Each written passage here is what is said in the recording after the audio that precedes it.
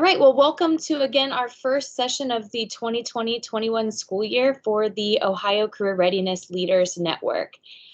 Today we have quite a full agenda for you, so we're going to go ahead and get started. Some etiquette things that I'm sure you're well aware of now. If you're able, we'd love for you to turn your video on, but make sure that your line is muted. Also, if you could introduce yourself in the chat function so we can kind of hopefully provide this as a networking opportunity as well. Your name, position, and location would be really helpful. If you're willing to share your email with folks, that would also be helpful. If you have questions throughout our presentation today, please use the chat function or the hand raising function that teams have. We'd love to get your questions answered from our presenters today. And we do hope that we can get some active participation. We know that sitting in front of a computer for these type of remote learning opportunities can be difficult. So the more we can interact with each other, we really hope that that will help add value to this session.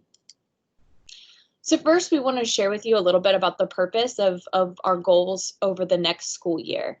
So we do want to bring you all together to establish an Ohio Career Readiness Leaders Network.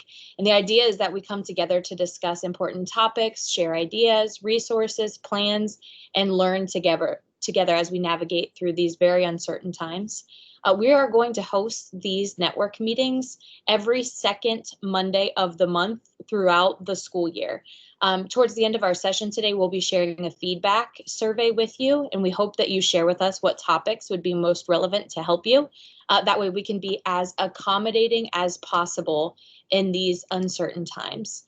We again want to be as supportive as possible. We understand that you're going through lots of logistical and social emotional learning challenges, and we want to connect you with as many resources as we possibly can. So please give us feedback, and we hope that today's session is helpful and into the future as we continue on with these meetings throughout the 2020-21 school year. So with that, our agenda for today is we want to introduce you to both the planning team that are putting these network meetings together and our presenters for today's sessions. And our topics of discussion today will be around the 21st Century Community Learning Centers Grant Program, the Student Wellness and Success Funds, the Expanding Opportunities for Each Child Direct Student Services Opportunity, a little bit of information about the CARES Act, and then we'll finish up with some follow-up items in a way that you can provide us some feedback on this session. So this is what you can expect from our time together today. So with that, I'd love to introduce our planning committee. And so I'm going to give them a minute to get themselves unmuted, but I'm going to ask them to introduce themselves. I'm Cassie Pelsgrove. I am the Career Connections Administrator here at the Department of Education. I oversee our Success Bound work and a lot of our college and career readiness programs at the department. Kayla, do you mind going next? Hi, I'm Kayla Mickens. Kayla Mack now. I am an education consultant in the Office of Career Connections, working alongside Cassie and my other colleagues. All right, Michelle. Hi, I'm Michelle Washington. I'm an education program specialist here at the Ohio Department of Education, working in the Career Connections team, along with Cassie Pelsgrove. Good to see you all here today. Ms. Brenna? Good morning, everyone. My name is Brenna Bartlett. I am a program specialist in the Office of Career Technical Education, and I get to work with the Career Connections team on a lot of different fun tasks. Good morning. Good morning. I'm Amy Harker. I'm the Career and Innovation Specialist for the ESC of Northeast Ohio, and I've been so proud to work with this team from Career Connections, and I hope that you find what we put together beneficial for you, and continue to give us feedback and things that you're interested in so that we can continue to develop our agendas for our following meetings. Absolutely. Thank you for that. We also do have some other team members from the Department of Education on the line, so I'm going to encourage them to jump in where they feel that their expertise lies as we move through our discussion today. So hopefully you'll get a chance to meet a few folks today. With that, I'm going to ask our presenters to go ahead and give a quick hello. So we are fortunate to have 3 additional Department of Education staff with us here today that are overseeing some key funding opportunities. So if we can go ahead and go in this order, Charmaine, do you mind giving a hello? Charmaine, your background is beautiful, but I think you're muted. Sorry about that. My apologies. Good afternoon, everyone. My name is Charmaine Davis Bay. I am currently housed under the Office of Improvement and Innovation as a 21st Century Education Program Consultant, Program Specialist. We call ourselves regional consultants internally. So thank you for allowing me to speak with you all today and provide you some information on 21st Century. Looking forward to it. Anna Miller, are you able to give a hello? Hi, can you guys hear me? Yes, ma'am. Awesome. This is Anna Miller. I work in the Office of Integrated Student Supports, which houses a lot of like the non-academic supports for the department. I specifically am the school-based health coordinator, so I connect school districts to healthcare providers. But for this presentation today, I will be talking to you about the Student Wellness and Success Funds. Thank you, ma'am. And Brian, are you able to give a hello? Yes, hold on. Let me see if I can turn on my camera. Hello, everyone. So my name is Brian Hoinecke. I am an administrator in the Office for Improvement and Innovation. I specifically work with a federal grant program called Expanding Opportunities for Each Child, which is directly connected to funding resources for career-related programming. So I'll be talking a little bit about that later on. All right, so with that, as long as we don't have any questions before we begin, we're going to go ahead and get started and highlight our first innovative funding opportunity. So Charmaine, would you like to take it away? I'll be your slide clicker today, so just tell me when you'd like to advance. Okay. Thank you, Cassandra. So as the slide stated, I will be going into more information about the now. We recently, to align with what the feds have put out, all state education agencies now have to refer to this program as the Nita M. Lowey 21st Century Community Learning Centers Grants. It's a long phrase, but that is what we are known for. And so for just a little background, so Nita M. Lowey, she is a current congresswoman who is an advocate for after school and out of school time out of the Northeast part of the country.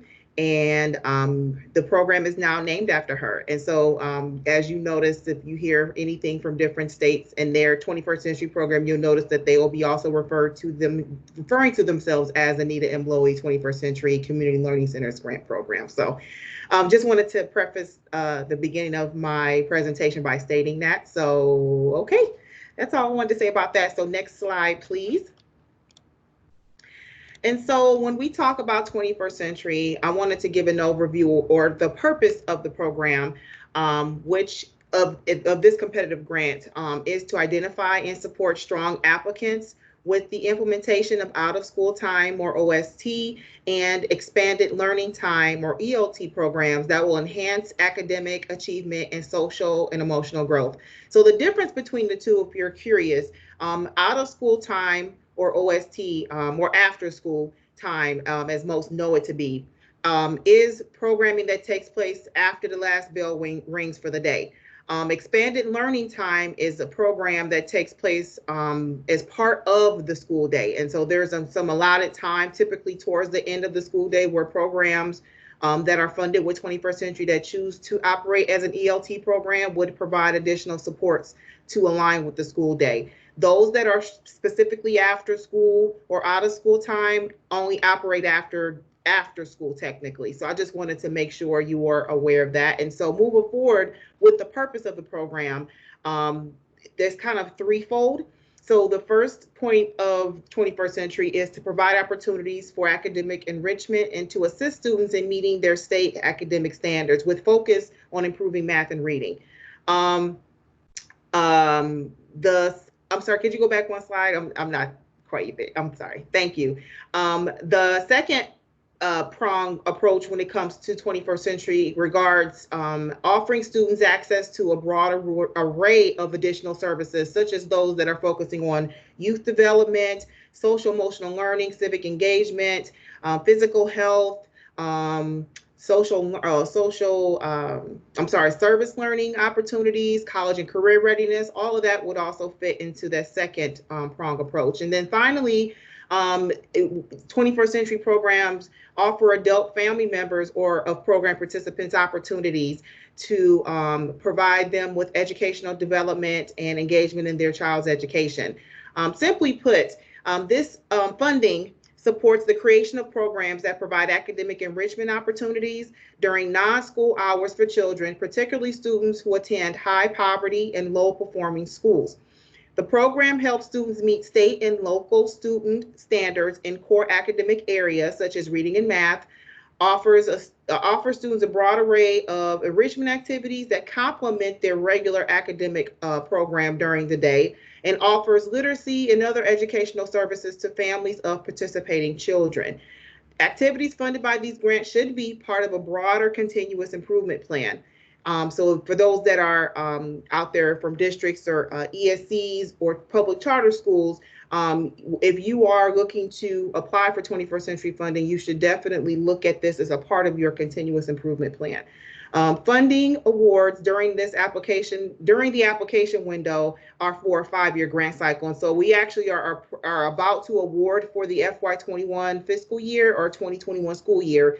But we typically open up the application in February of every year, closing around April to May, depending on the situation. And then we award typically July and August or August. So next slide, please. Thank you. And so currently 21st Century has 3 grant options. Option 1 is for those programs that want to serve during that expanded learning time that I mentioned. But when we're talking about serving those that are in the high school population, there's our option 3 grant, which currently serves out of school time for middle and high school students.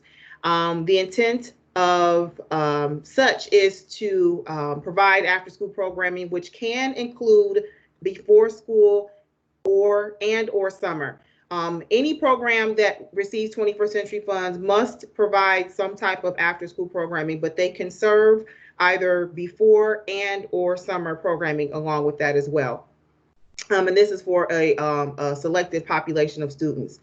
And within this option 3 grant, programs must include a focus on college and career readiness or dropout prevention strategies, as well as additional supports and programming that as required under the grant, such as the 4 areas that I mentioned earlier: reading and math improvement, positive youth development activities, and family engagement. Please note here, enrolled students are not expected to attend all program hours of out of school time, especially with our high school students, because as you know, they're doing a number of things that they have a little bit more freedom to do, such as, jobs, clubs, taking care of other siblings at home, things like that. So they're not adhered, they don't have to stay within the required hours of programming on out of school time. However, it is required that students regularly and consistently attend programming within out of school time with an average of 80 to 100 hours per school year. During the summer, students should attend at least 80% of the total program hours. So if someone's awarded an option 3 grant, 80% of the programming hours offered, students should aim to attend, even though they may have other activities. And so when we're talking about what's allowable, in addition to academic supports in reading and math, if you are funded with 21st Century funds or interested in applying for funding, the Job Readiness Seal program, which is currently offered through the department, aligns perfectly with what you may offer under positive youth development activities for older youth. And so we're currently piloting that right now with the Youth Entrepreneurship Institute as well as ODE. And so if you're looking to apply for funding, that's one of the different types of programs that you can utilize with 21st Century funds. Next slide. And so I just wanted to provide some general information as some of you may be interested in applying for 21st Century funds. The time frame here I'm looking at, and I wanted to show you, this was for this year's time frame, and this is typically the time frame that we work with this year, we had to make some adjustments due to COVID. So January was when we had our bidders conferences. Traditionally, there are 2 in-person sessions, and then we do a webinar recording that's placed on the ODE website. Moving forward, I'm sure that we're going to be looking at doing a live version and then just recording it and putting it out on the website for those that need that information. In February, we typically open the online application of the CCIP for new applications. This year, the CCIP closed in May 29th. Traditionally, it's been in April that it closed. And then in June, we trained our grant readers that were selected to participate. And then by August, which is currently, we're in the process of doing that right now, we will then submit award notifications to those that are awarded and unfortunately did not get awarded via the CCIP. And again, typically that's July, around July or August that information is released. And also for those that are interested, LEAs and CBOs are eligible applicants. And so if you fall into that frame, you are eligible to apply. Grant amounts no more than $200,000 per grant option for years 1 through 3 of the grant. Year 4 it drops down to $150,000, and then year 5 it drops down to $100,000. And you must request at least $50,000 for your grant award amounts. And I also provided a link to our blog, which we use to provide regular information regarding 21st Century for mainly our grantees. But if you're looking for updates on when the bidders conference will be for next year, for example, if you follow the blog, we will definitely send that information out in a timely manner so that you all are aware of when that opportunity will present itself, so that you are aware when you can start to prepare to submit for a new application. Next slide. And so I just wanted to provide here an example of some allowable activities with 21st Century funds. Again, we have a number of activities that you can use to work with a certain population of students, in this case, with those that are, aiming towards post-secondary. And so whatever you find within the RFA, and this is actually a snapshot of the RFA, where you can look to see what's available that you can do. But let's say you get funded and you want to make some changes based on availability of programming. You will simply make that change within your continuation plan, and your regional consultant will review and approve those changes. And so even though you're providing us what you would like to see done in your initial application, you can always make changes throughout your grant cycle if depending on your student population's needs, that would fit with what you're trying to do to support your students. And so this is just an example of the different types of programs that you can do. And I made a note that there's service learning projects here, entrepreneurial education programs listed here, drug violence prevention, counseling programs, and character education programs as well. Anything you could think of that will help support that targeted population, that would be really helpful. Next slide. And so I was asked to provide a list of successful programs serving high school students. And so these are currently some of the programs that we have that we're working with that are doing really well serving that population. All of these programs, except for Open Doors Academy, are currently working with our entrepreneurship program that aligns with the Ohio Means Jobs Readiness Seal for Entrepreneurship. So they're doing a program to help their students achieve that job readiness seal.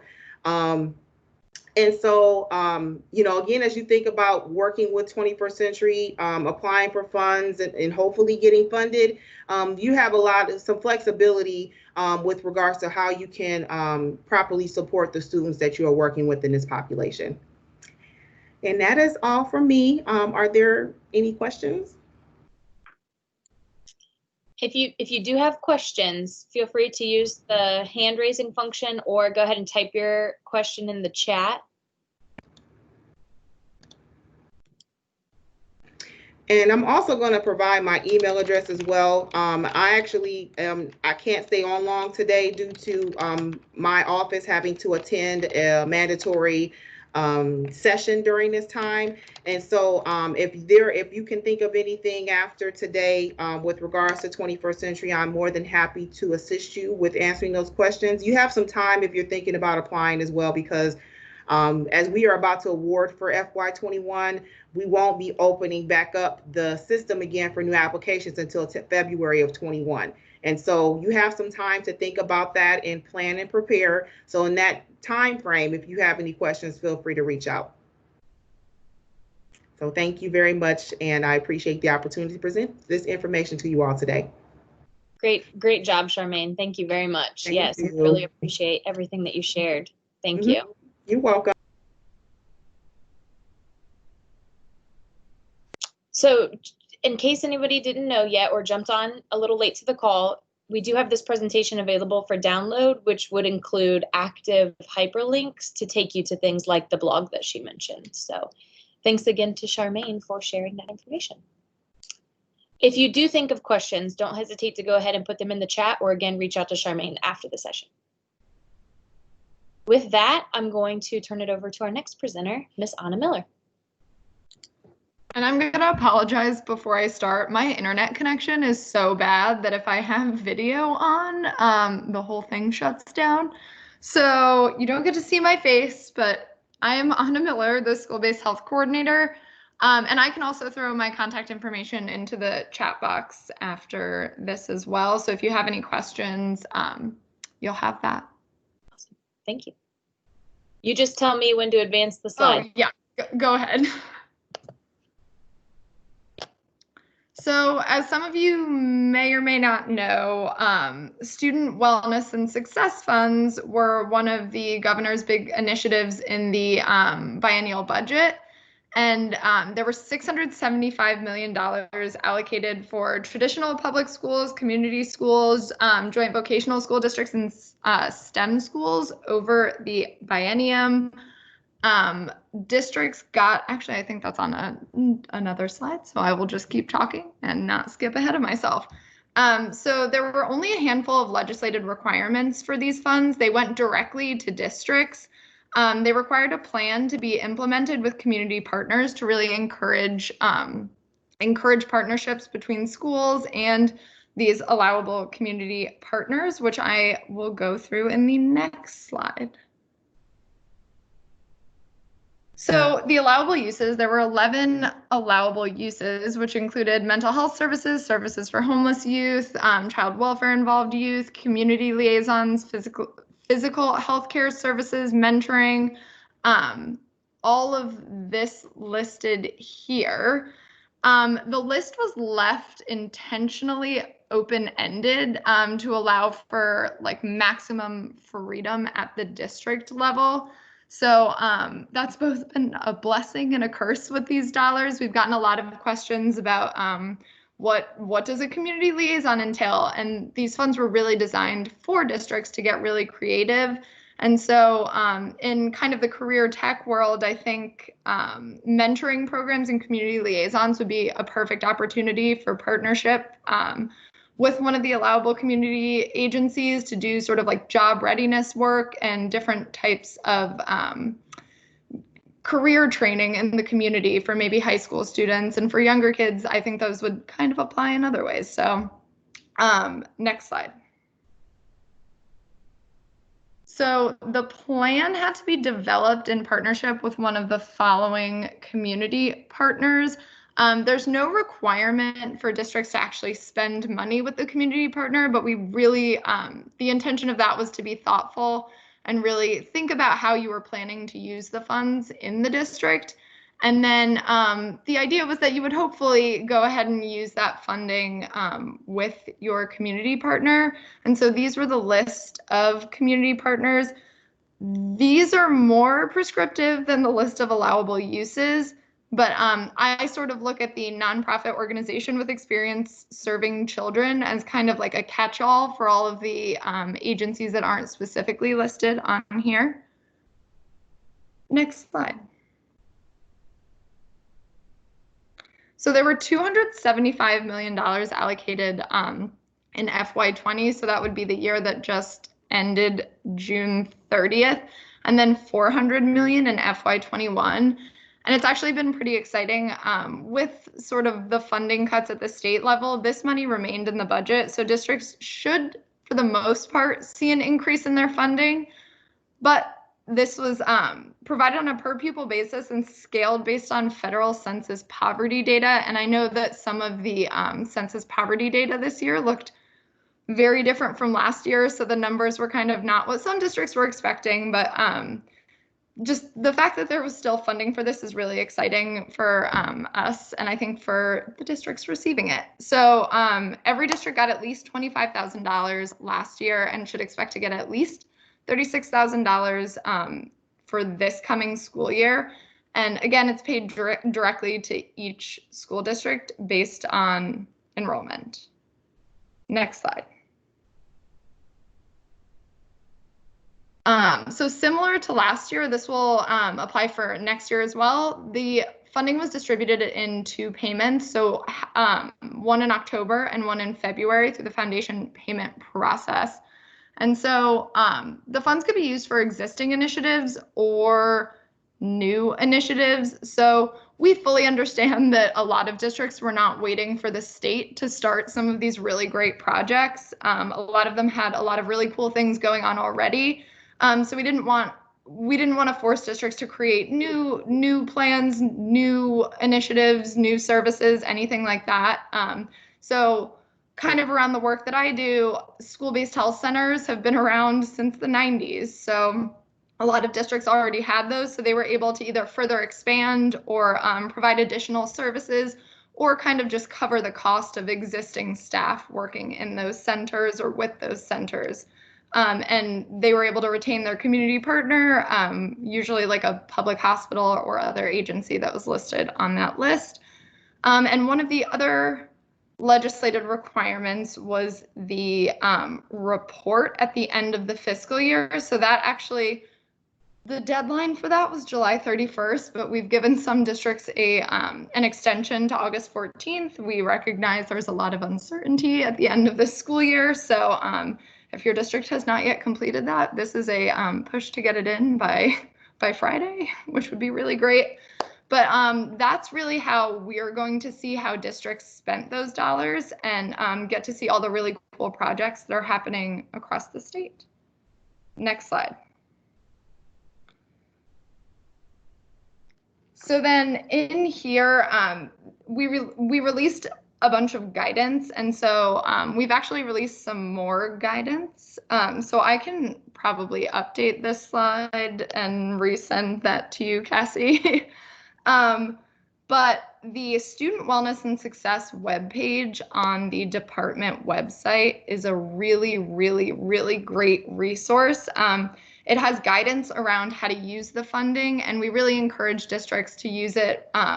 Again, thinking of like a continuous improvement process. So really looking at the data, looking at student needs, and then figuring out how to fund an initiative based on that.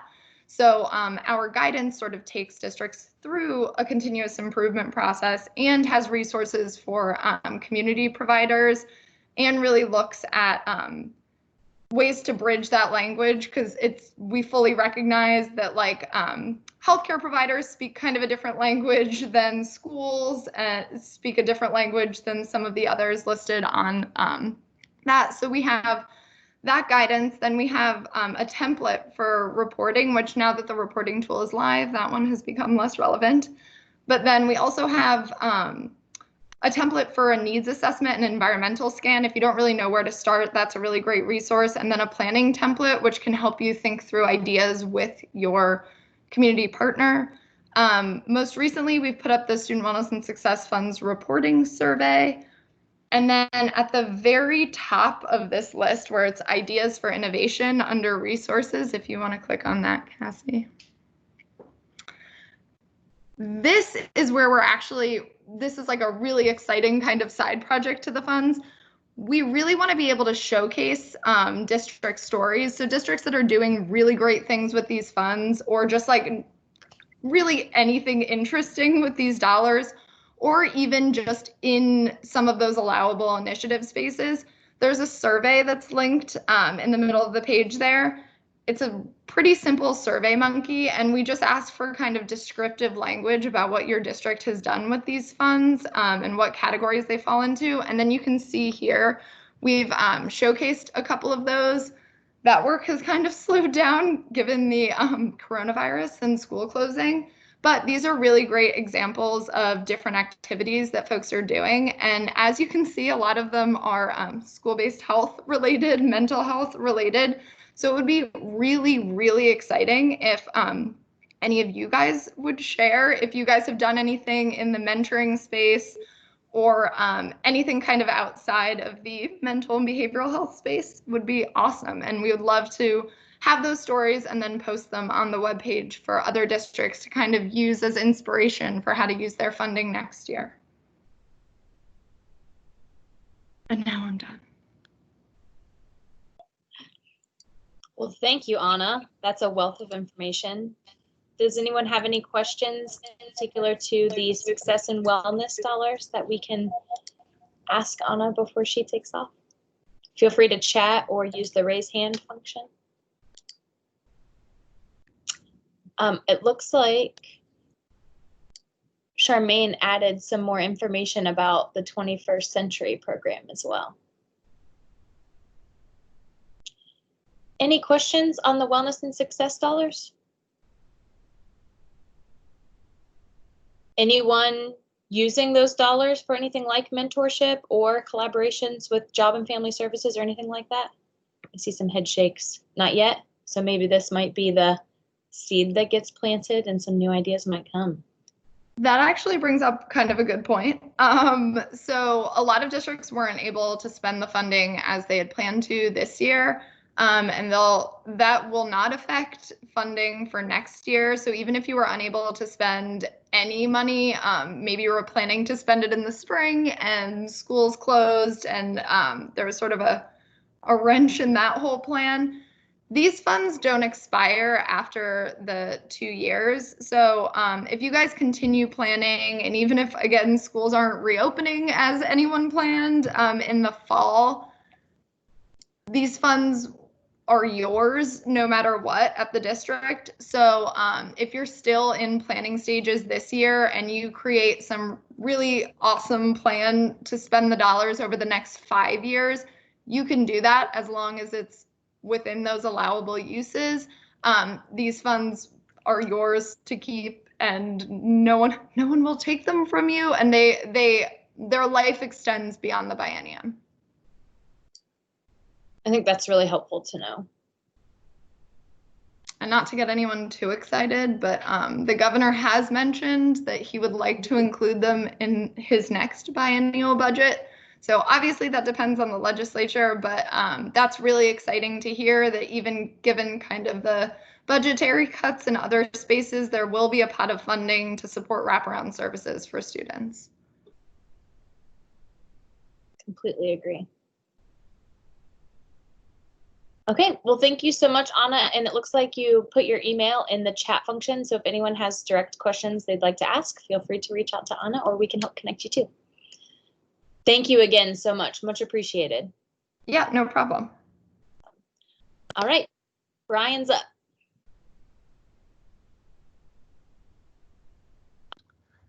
All right, let me adjust my screen here a little bit. Can everyone see me? Hopefully hear me. All right. So I'm going to talk a little bit about the Expanding Opportunities for Each Child grant program. Go ahead, Cassie, you can go to the next slide.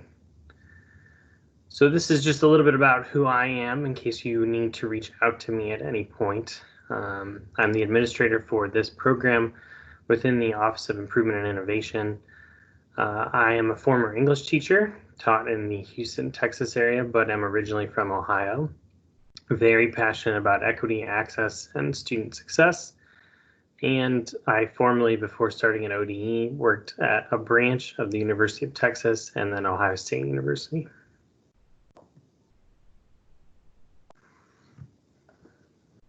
Okay, so this grant program aligns really, really well with Ohio's strategic plan for education. You can see that here. I've actually quoted part of it. So each child, our future references, challenging, preparing, and empowering each child to become lifelong learners. And that is exactly what some of this funding does. The 3 core principles of Ohio's Strategic Plan for Education are equity, partnerships, and quality schools. And we really focus on equity in this grant. Okay, so here's what's happening for FY21. The grant program has been shifted from a competitive program to non-competitive. So what that means is that and this includes most of our districts and community schools, any district or community school that receives federal Title I Part A funding is going to get funds from us for this program. It shows up within the CCIP system in the consolidated application, and districts receive up to 3% of their federal Title I Part A funds. And this is not a set aside. These are new funds that districts haven't seen before. So we're not requiring them to use their Title I Part A funds in a certain way. This is actually new money that is showing up for them to use. Some of our smaller schools will get smaller amounts, closer to $1,000 to $5,000. And then other districts that are much larger, like the big 3 that I think of, for example, Cincinnati, Columbus, and Cleveland, get closer to $1 million for FY21. The funds must be used to expand the following things. They have to be used for school improvement activities for low achieving students and low income families, first and foremost. And then they can be used for advanced coursework, career pathways, personalized learning, credit recovery, and academic acceleration. I'll focus most especially on the career pathways part for you all. So this is a little bit more detail about the things that I was just talking about. Advanced coursework for the purposes of these grant dollars means AP, IB, College Credit Plus, advanced STEM and STEAM coursework. These funds are generally speaking used at the middle school and high school levels as well. When it comes to career pathways, it can be any sort of career pathway expansion. So work-based learning, career tech, counseling and advising, post-secondary, and of course, industry recognized credentialing. We expect districts and community schools to use the funds for the last 2 more this year than they have in the past. Personalized learning being digital, online, blended, project-based, competency-based, and interdisciplinary learning. So of course, as we potentially move into a school year where many districts will at least be starting with remote work and students working from home on school, we think that these funds can be helpful to navigate that process. And the same goes for credit recovery and academic acceleration as well. We know that COVID-19 is going to cause quite a few students to potentially fall behind in where we expect them to be, unfortunately. And so these funds can help catch students up, hopefully.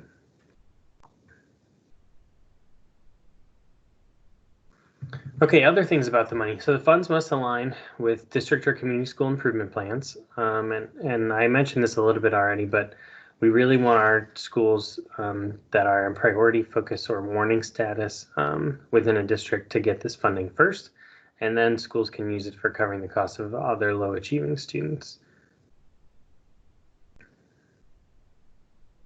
I wanted to give you a couple examples of things that districts are doing with this funding. So for career pathways, for example, I have 2 districts here, New Lexington, that won our competitive grant program. And so they use the funds in a couple different creative and interesting ways. New Lexington School District in Perry County partnered in the community to build out a workforce development program that really emphasized industry recognized credentialing. And their goals were to get 100% of their juniors and seniors to participate in some kind of internship outside of the building while they were implementing these plans. Ambitious, and yet they seem to be doing really well.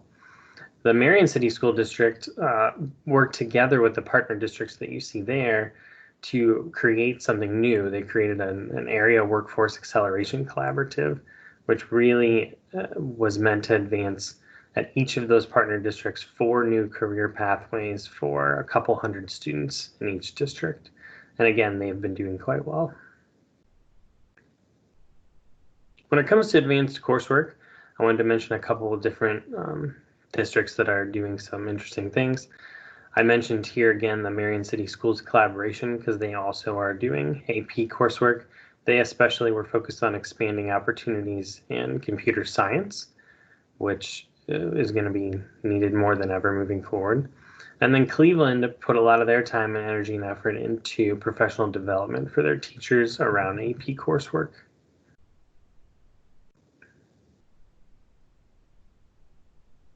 So who supports this work? My office, so Office for Improvement and Innovation, as well as the Office of Federal Programs, because these are federal dollars, are the two primary people and organizations at the Department of Ed that support the work. And then Cassie actually serves on a committee that I chair, which is the Direct Student Services Committee. The reason we call it that is because within federal regulation, within ESSA, the Every Student Succeeds Act, that's what these funds are called. We just decided to call them Expanding Opportunities for Each Child in Ohio. And so we have representation from across the department on that committee that does the bulk of this work. Brian, it looks like you have a question coming in. Are ESCs eligible for these dollars? Good question. I have received that question in the past. ESCs are not eligible to apply for the money. However, we do recommend that districts work with ESCs to coordinate, especially if there are multiple districts that are going to pool their money to build something together. We have had that happen frequently, even with our competitive application process. ESCs almost functioned as consultants and administrators for some of the dollars that the districts had won, which is fine. But the money will technically go straight to the districts first. Additional resources. Yep, no problem, Beth. So expanding opportunities for each child, we have the web page there, and Cassie, you can click on it in a moment. It has, actually, go ahead and you can click on it now if you want to pull it up. See if it works. Hopefully it works.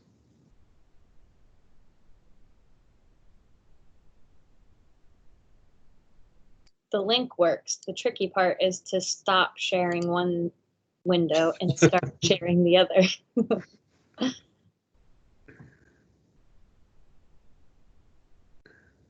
Aha, perfect. So this is our website.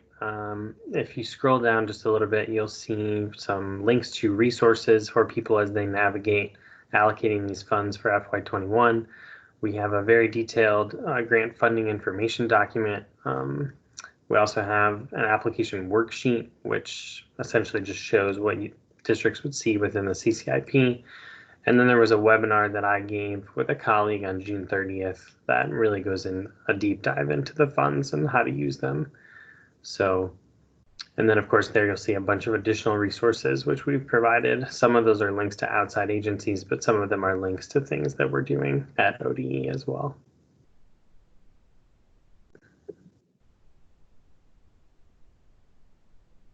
And then I think the last slide is really just questions and the email for the grant program.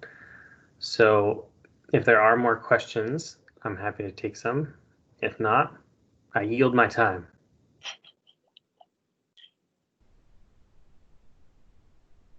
Does anyone on the line have any questions about this round of the Expanding Opportunities grant for Brian?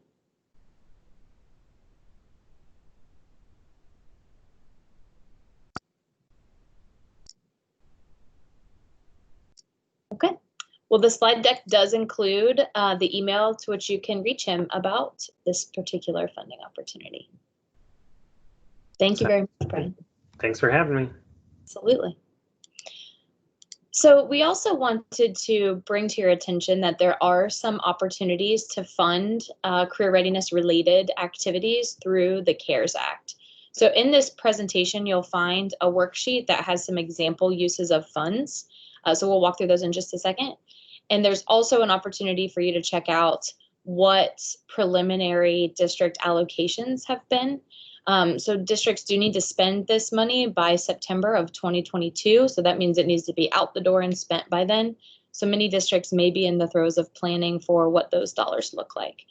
So to talk a little bit about how these relate to career readiness, this link here will take you to a like I said, worksheet that has some example uses of funds for you. And those kind of start on page 6 of this document. So we'll scroll down here. But any activities that were interrupted due to the coronavirus is really what these funds are meant to do. This is the Education Stabilization Fund through the CARES Act. So this is one subset of the Federal CARES Act, and districts will be automatically receiving those dollars. And those dollars, the preliminary allocations, are included on the link to this in this presentation for you. So just a couple of highlights of ways that these dollars can be used. Any activities that were authorized under ESEA, IDEA, Perkins, McKinney-Vento, Adult Education and Family Literacy Acts are allowable uses of funds there. Any activities to address unique needs of low-income students, minorities, students experiencing homelessness, foster youth can be used here. Providing mental health services, planning and implementing summer learning and supplemental after-school opportunities. So hopefully you can see here that there are lots of opportunities to think creatively about how CARES Act dollars might be able to be used in a career readiness vein. So any activity that was interrupted by the coronavirus is basically an allowable use of funds in this case. We understand that districts are primarily going to use a lot of these funds toward making sure that students have access to internet, access to devices, which is, again, one of the main reasons that these funds have been issued. So if you're working with your school district planning team on uses of some of these funds, thinking creatively about how we might be able to still focus on career readiness as an alternate objective of what students are graduating to, we would encourage you to do that. Any questions on district allocations of CARES Act funds that I might be able to take back to some of our ODE staff to help answer some of your questions?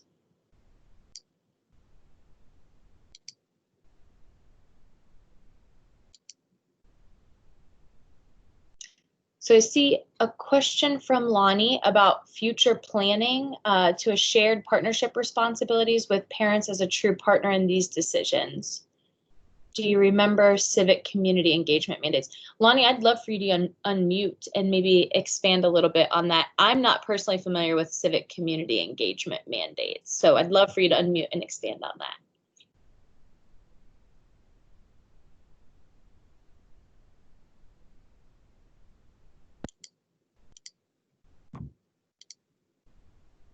If you're speaking, you're still on mute, or we can't hear you.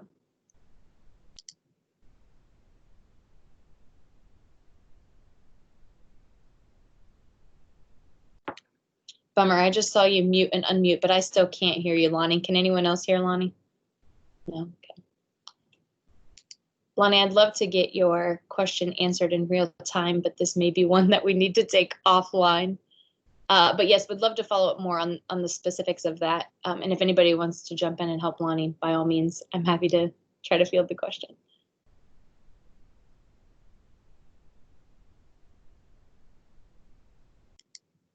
Another program that we wanted to highlight in our session today related to the CARES Act is the Lieutenant Governor just announced a Broadband Ohio connectivity grant opportunity.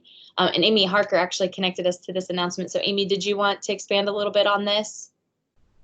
I just wanted to make sure everybody was aware of it. And I know that there's been a big push for getting internet access for students. And I've been involved a bit with the Future Ready Schools and trying to help with the policy making at the state and national level for that. So this came out and I just pushed it kind of to you guys to make sure that everybody was aware of it today. I haven't reviewed the details of it, so I thought I just wanted to make sure that everybody knew that it was coming up, and it was, I believe the due date is fairly quickly too, if I remember correctly.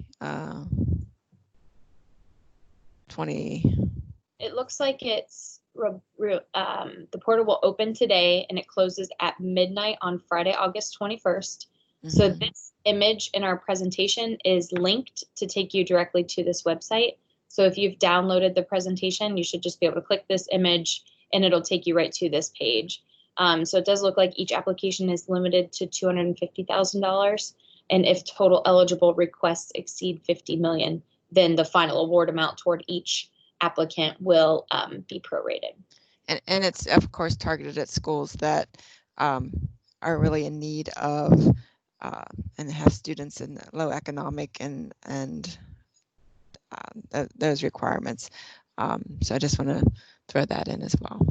Yeah, I just wanted to chime in really quickly. So this grant, they fully recognize that like between like the urban 8, this grant could probably $50 million could go towards like revamping their access to internet and ensuring that all of those kids get that, which is why they've limited it to $250,000 per request, really hoping that like more rural districts and those kind of in like Southeast Ohio or like just those areas really have access and aren't kind of like intimidated out of applying for the grant. So the governor's office or lieutenant governor's office and ODE are really encouraging folks to just apply and get any resources out of this, because you'll likely get something.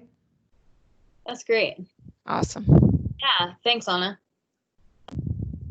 Okay, well, like I said, this is linked. So if this is something that is of interest to you, because we know we can't deliver, high quality remote education unless students have access to devices and internet, or we're getting creative with how we're, interfacing. So we know this is hard work. So hopefully, some funds behind it might help. Okay, the last thing that we were hoping to do in our session today is to provide you a platform to maybe share some of the creative funds that you have found. So this link right here will take you to a Padlet, and you can even use your camera on your phone to scan the QR code, and it will take you right to our virtual whiteboard so that you can start to add maybe some of your own creative uses of funds. So one example I wanted to give you is Ohio's workforce development system is providing opportunities for teachers to earn industry recognized credentials through a program called TechCred. And so this program is not necessarily targeted to just teachers, but it's targeted to employers upskilling their own staff, which would inevitably transfer over to our educational partners. So especially if you've got aides that you're looking for some creative ways to get them going on some more specific content, maybe consider how TechCred might be a part of your upskilling strategy for your own teaching and additional staff. So put a link on there for that. And then I also shared Anna's Student Wellness and Success Funds webpage here. But we'd love to see what other things you're doing. I know some of you out in the field have taken advantage of the Bill and Melinda Gates grant funding opportunities. So if there are other things out there that you're aware of and you're willing to share with our network here, we'd love for you to contribute to that. So again, in regards to the TechCred, I know that I've been working with Alliance for Working Together, which is a collaborative of manufacturers, and we were just able to develop an apprenticeship and 3 different TechCred certificates, which can even be used for the upcoming workforce. So if it's the seniors in your school district, they can earn those technical credits in order to obtain a job at a manufacturer. So explore that website. It's pretty, it's growing, and a lot of businesses are putting out certificates for employment for students that are going to be upcoming and graduating, and as well as their own employees. Absolutely. So I'm gonna give you just 2 minutes to go ahead and fill out any innovative opportunities that you've found that you're willing to share. So I'm gonna leave this Padlet shared so we can see real time what people are listing. I'm gonna put the link to the chat again if you're having trouble finding this, but we'd love to have kind of a virtual whiteboard conversation at this time with some of the more innovative things that you're seeing as well.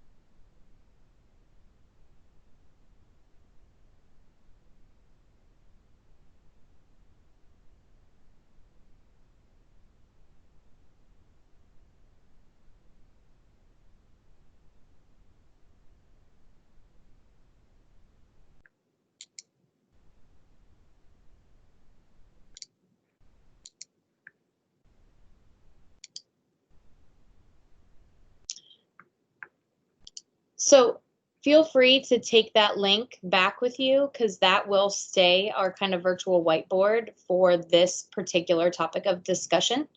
We'd like to keep this link public so that anyone can come back and access it to really see this whiteboard of resources around creatively funding career advising, career development, and general career readiness preparation for students. The last thing that we'd like to leave you with today is we, again, are constantly looking to improve. So we can only do that with your feedback. So we do have a survey link, and I'm going to go ahead and post it in the chat one more time. We would love to hear how you felt about today's session, and probably even more importantly, what do you need for the next sessions that we might have together? We really want to provide a space for folks who are leading this general career readiness work in their school districts, a space to feel supported, to interact with each other, and then, really have a platform for the state to hear what you're grappling with and hopefully help affect change in policy that you might need. So please feel free to give us your feedback on how today's session went and what topics you'd like addressed for the future. Go ahead and mark your calendars for September 14th. That's our next session. We are going to go ahead and have these every second Monday of the month. So September 14th will be the second Monday of September, and we will just continue that cadence throughout now. We will post everything about these sessions, including the previously recorded sessions, here on our events and resources page. If you were able to join us earlier in July, we had a month-long events of virtual meetups for our Success Found Summer Learning Series, which are all, again, recorded and posted here as well. So with that, I just want to thank everyone for joining us today, especially our presenters for sharing their wealth of knowledge, and our planning committee for getting this put together. Please follow the Department of Education on social media. There is a wealth of information that is shared on each of these social media channels, and encourage the other school professionals that you work with to follow as well. So we hope that you'll join us again, and we look forward to working with you over the course of this next school year, which is certain to be one for the books in our careers. So thank you all, and thank you for what you do every day.